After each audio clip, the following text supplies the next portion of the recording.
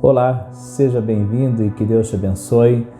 Você que está chegando, você que já nos acompanha, estamos crescendo na graça e no conhecimento. E quero compartilhar uma palavra no teu coração, livro de Salmos, Salmo de número 16. Um salmo escrito por Davi, mas é interessante porque além de Davi falar um pouco da sua vida pessoal e expressar o seu coração, também foi divinamente inspirado por Deus, porque esse salmo aponta para o Cristo, é um salmo messiânico. Então vamos estudar esse texto, alguns versículos, eu vou falando e nós vamos meditando. Amém? Versículo de número 2 diz assim: Tu és o meu Senhor, outro bem não possuo senão a ti somente. É interessante Davi falando isso porque Davi era rei, que tinha muitas riquezas e muitas posses, mas ele não colocava o seu coração nessas riquezas e nessas posses.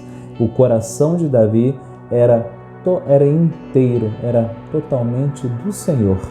O seu coração pertence a Deus. De repente você possui muitos bens, mas aonde está o seu coração? Qual é o teu maior tesouro? Qual é o maior bem que você tem? Quando Cristo veio a esta terra, também expressou que o maior bem que ele possuía era o Pai. Então, o tempo todo que ele estava nessa terra, ele estava apontando e glorificando o Pai e cumprindo a missão do Pai. O maior bem que o Senhor Jesus possuiu nessa terra foi o Pai. O maior bem que Davi possuiu não foi as chaves do reino, não foi as suas riquezas, as suas posses, foi o Senhor. Que o Senhor seja o teu maior tesouro, o maior bem que você possa ter nessa terra. Amém? Continuando aqui no versículo de número 3, diz assim: Quanto aos santos que há na terra, são eles os notáveis, nos quais tenho todo o meu prazer. Falei sobre isso em outro salmo, que eu me inspiro e me alegro nos homens e mulheres de Deus. Eles, para mim, são a referência. Aqui o texto está dizendo, são eles notáveis. Olha essa expressão, notáveis. O que é uma pessoa notável? Alguém que está chamando a atenção, alguém que você deve prestar atenção, que você deve olhar para ela, é alguém diferente, que está fazendo algo assim extraordinário.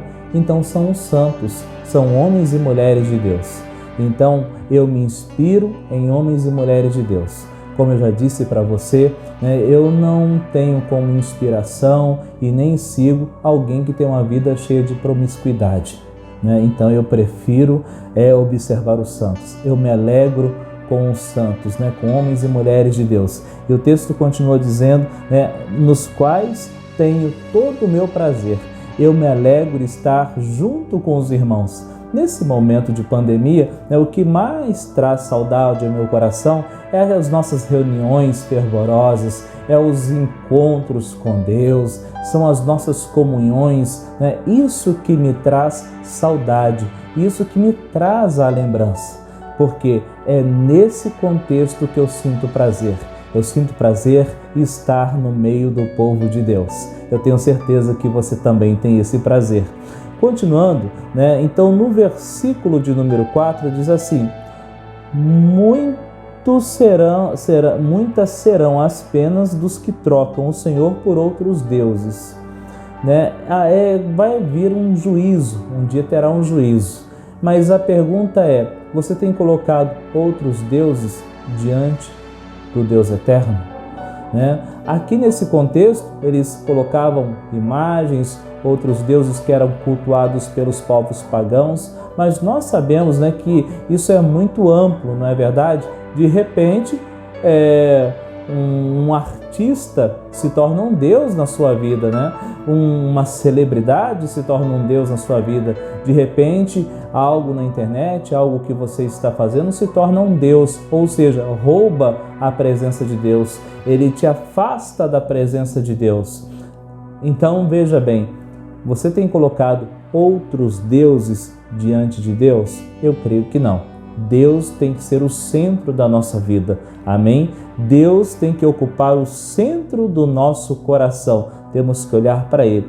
Tudo que você coloca entre você e Deus se torna um Deus na sua vida. Então, que entre você e Deus não haja nenhuma interferência. Glória a Deus. Continuando aqui, no versículo de número 5, diz assim: o Senhor é a porção da minha herança. Lembrei da música do Fernandinho, né? Tu és minha porção. Então, Ele é a minha porção, Ele é a minha herança. Então, eu tenho a plena convicção que essa herança está guardada nos céus. E quando eu for para a presença do Senhor, quando chegar o meu dia, de se apresentar a Ele, a minha herança estará me esperando. Você tem uma herança no Senhor? Você tem uma herança na presença do Pai? Então é bom pensar nisso. Lógico que o texto também aponta para o Senhor Jesus, e a herança do Senhor Jesus são os santos espalhados sobre a terra, que foram alcançados pelo seu sacrifício na cruz do Calvário.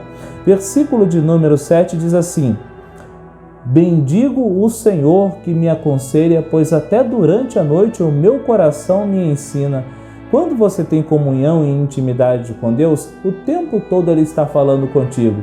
Ele está falando contigo quando você se levanta, quando você está almoçando, até mesmo quando você vai deitar. Deus está falando no teu coração e está te dando instrução. O tempo todo o Espírito Santo de Deus está nos ensinando. Mas o problema é, estamos ouvindo a sua voz? Estamos parando, para praticar e para seguir aquilo que Deus está falando conosco? Bom, e para finalizar, o versículo de número 10 diz assim: pois não deixarás a minha alma na morte, nem permitirás que o teu santo veja a corrupção. Aponta diretamente para o Cristo, que morreu, mas que ressuscitou, e o seu corpo não conheceu a corrupção, ou seja, não foi tragado pela terra, não foi destruído pela terra, ficou intacto. Então, morreu, mas ressuscitou, não experimentou a corrupção. Glória a Deus, que texto magnífico, Salmo de número 16. Que essas mensagens que foram ditas hoje fiquem guardadas no teu coração e que Deus te abençoe no nome de Jesus.